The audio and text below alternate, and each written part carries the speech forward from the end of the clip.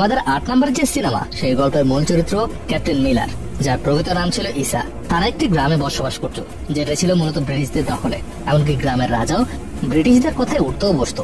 সেই গ্রামে মানুষদের উপাসনার জন্য মন্দিরে যাওয়া ছিল নিষেধ। তবে শত অত্যাচারের পরও ইসা ইচ্ছুক ছিল ব্রিটিশদের দলে যোগ দিতে, কেননা সেখানে সে সম্মান পাবে, যেটা সে একজন সাধারণ গ্রামবাসী হয়ে কখনোই পাবে না। অন্যদিকে ইসার ভাই ছিল ব্রিটিশদের বিরোধী একজন বিদ্রোহী, তাই ইসার সঙ্গে তার ভাইয়ের ঝগড়া হয়। কিন্তু শেষ পর্যন্ত ব্রিটিশদের দলে যোগ দেয় ইসা এবং তার নাম পরিবর্তন করে রাখে মিলার। ব্রিটিশদের সৈন্য হিসেবে দিন ভালোই কাটছিল ইসার, কিন্তু হঠাৎ একদিন অনশনরত বিদ্রোহীদের উৎখাত করার মিশনে যেতে বাধ্য হয় মিলার। তার কমান্ডার সকল সৈন্যদেরকে গুলি করার নির্দেশ দিলে নিজের গ্রামবাসীদের হত্যা করতে হবে ভেবে নড়ে চড়ে বসে সে, এবং এক পর্যায়ে গুলি করে বসে সেই কমান্ডারকে। নিজের উপর ঘৃণা এবং বিস্ময় নিয়ে উদ্যত হয় আত্মহত্যা করতে, কিন্তু শেষ পর্যন্ত এক বন্ধুর সহায়তায় সে আত্মহত্যা না করে সেখান থেকে পালিয়ে যায় এবং পরবর্তীতে হয়ে ওঠে ব্রিটিশদের আতঙ্ক ক্যাপ্টেন মিলারে। মুভিটির মিলার চরিত্রে অভিনয় করেছেন ধানুষ।